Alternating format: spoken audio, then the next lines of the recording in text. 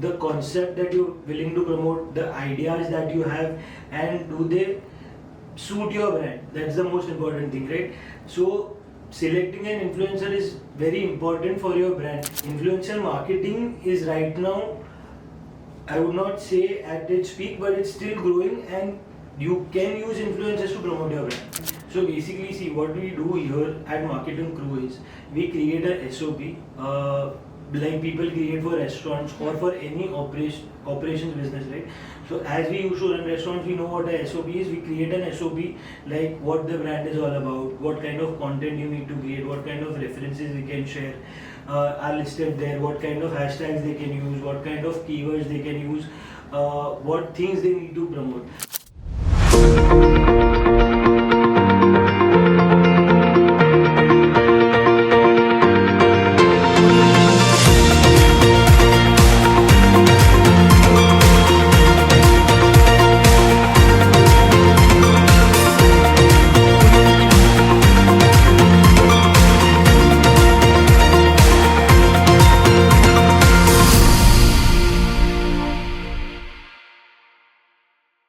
Welcome to a new episode of the Marketing Crew podcast. Today we are going to talk about influencer marketing for hospitality brands. Today we have Akanksha and Alicia with us. Let's start.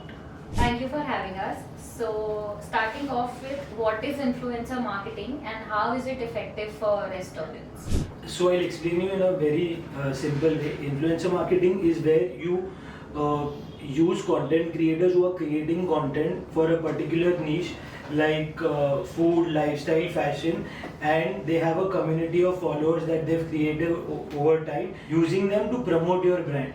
So what happens is when you do influencer marketing, you send your product or you call them to your restaurant and give them a brief that what is your restaurant all about, what kind of cuisine you are serving, and they create content with their perspective to showcase to their audience. So we get a different perspective for the brand, and we are also promoting the product or the brand to their community, and it reaches a wider audience. Instead of which you have to create audiences, find content and go to that particular audience, where you can leverage an influencer to create content with their perspective and reach their particular audience.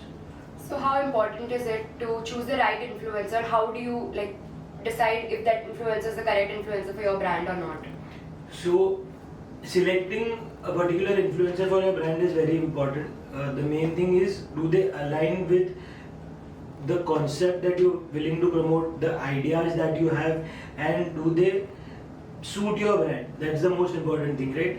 So selecting an influencer is very important for your brand, and influencer marketing is right now, I would not say at its peak, but it's still growing, and you can use influencers to promote your brand. So how much should you approximately have? What is the number of influencers should you normally have for a brand? For a hospitality brand, I feel you should have minimum of 4 influencers a month, and that also you can divide. So it can be 4, depending on the month. If it's your in the first 3 months, you should have around 20 to 30 influencers over that 3 months to come to your restaurant, experience and create content and push out content, right?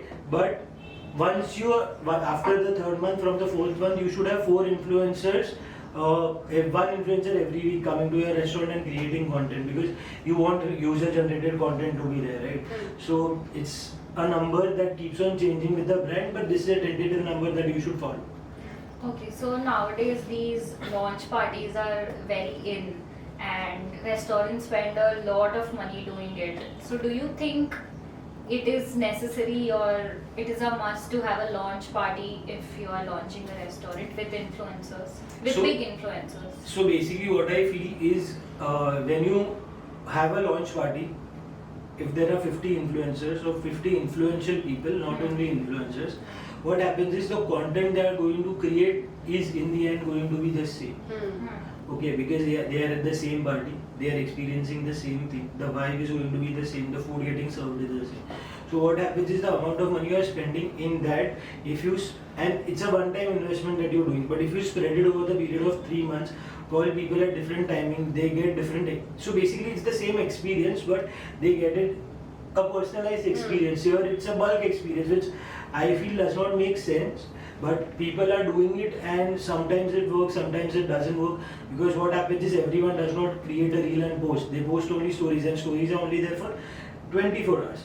So what happens is, I feel instead of doing a launch party, there should be a segregation of content creators or influencers or bloggers over a period of time where they can create different content, and which goes at a different time or at a different like in a month you are doing 6 influencers, right? So everyone posts different content, they're trying different dishes from the menu, different cocktails, their experience is different. So I think instead of a launch party, it should always be segregated over a good amount of time. So how do you deal with the influencers that, suppose if the influencer you've called doesn't create the type of content that you were expecting them to create, so how do you deal with them? So basically, see, what we do here at Marketin Crew is we create a SOP, like people create for restaurants or for any operations business, right? So as we used to run restaurants, we know what a SOP is. We create an SOP like what the brand is all about, what kind of content you need to create, what kind of references we can share are listed there, what kind of hashtags they can use, what kind of keywords they can use, what things they need to promote. So that is something that gives an influencer an insight of what kind of content we want them to create, right? So it becomes very easier for them to create content using the things that we've given them. We only give an overview about the restaurant, not basically a end-to-end script for the video. We don't do that. We want them to use their own skills to create content, but we always give them a SOP which helps them to understand the brand in a better way. So there are barter influencers and there are paid ones. So if there's a huge brand who has the money to spend, do you still think they should host even the barter influencers, or just paid are enough? So I feel any content that you're creating, so I would categorize this as a user generated content, right? So any content that you're creating is going out and going to be beneficial for the brand. If you have, for example, X amount for influencer marketing, you can spend that into 3 categories, where one is are the elite or the big influencers in that space, then you have micro influencers, and then you have nano influencers. If there are influencers who are willing to do barter and promote your brand, why wouldn't you want them to come on board and do it, right? It's a free activity that you're doing. It's a barter, this thing, right? You can have your content can reach, like if you do 5 barter influencers and 1 paid influencers, you get 6 different types of user generated content, and you can promote it in a better way. Your restaurant, the word of the restaurant gets out, because you are always working on a budget, right? May it be a bigger brand, may it be a smaller brand, doesn't matter, it's always budgeting. So I feel you should never let go of barter influencers, and you should not let go of new and budding influencers who have 4,000 followers, 6,000 followers, 10,000 followers, because they are hungry for content, and they create content which is new and have a different perspective. They put in more effort And everything. So it is always important to bifurcate the kind of influencers you are using, the amount of money you are spending. What do you think should be the approximate budget that a client should spend on influencer management or influencer? And how would you, if a client is not ready to do influencer marketing and giving out free food while they just started, so how do you convince the client that you should do it? So I answer to Alicia first. So the thing is, I won't be able to give you a number as such, because every brand, size of the brand, the spending capacity of the brand is very different. We always give them different budgets, and in that budget we tell them that these are the kind of influencer you can use, this is the kind of reach you can do, and then we sit with them and discuss that which way we should go forward, right?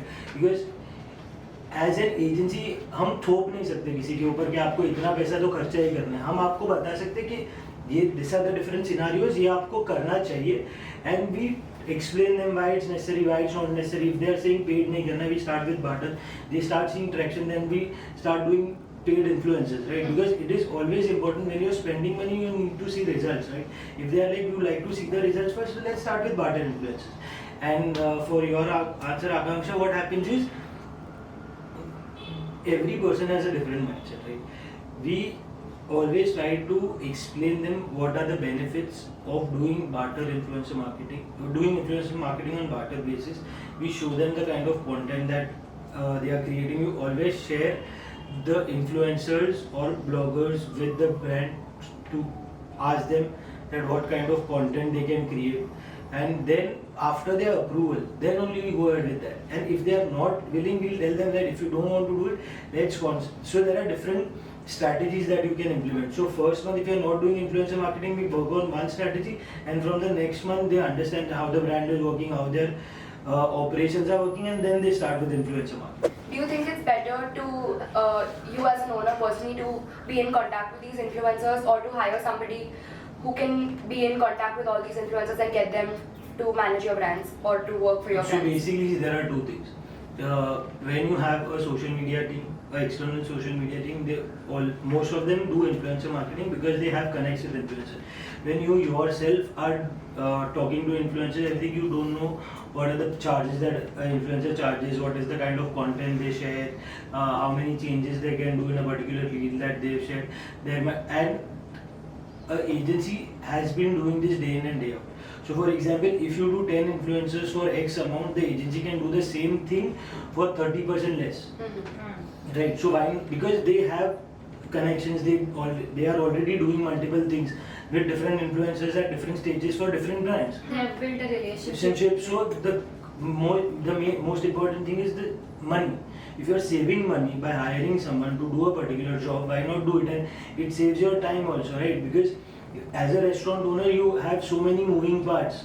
कि staff time पे आया कि नहीं, service बरोबर चल रहा है कि नहीं, खाना बरोबर बन रहा है कि नहीं, is everything working properly or no? And if you add a new thing of talking to influencers, which is basically talking to them, negotiating with them, figuring it out ways, coming up with ideas and everything. So that is one thing that you can give your agency, the existing social media agency, to do that, and they would happily do it. Why not? Because they can create a strategy around it with their social media that they are doing, right? So it helps to promote the brand in different aspects and different areas of Instagram or YouTube, depending on what kind of brand you are. In today's time, it is necessary to have brands like Mumbai Foodie and Curly Tails on board for any restaurant, since everybody is doing it. What happens is, the amount of money you need to spend with that kind of influencer is very high, and the ROI that it should generate, it never comes.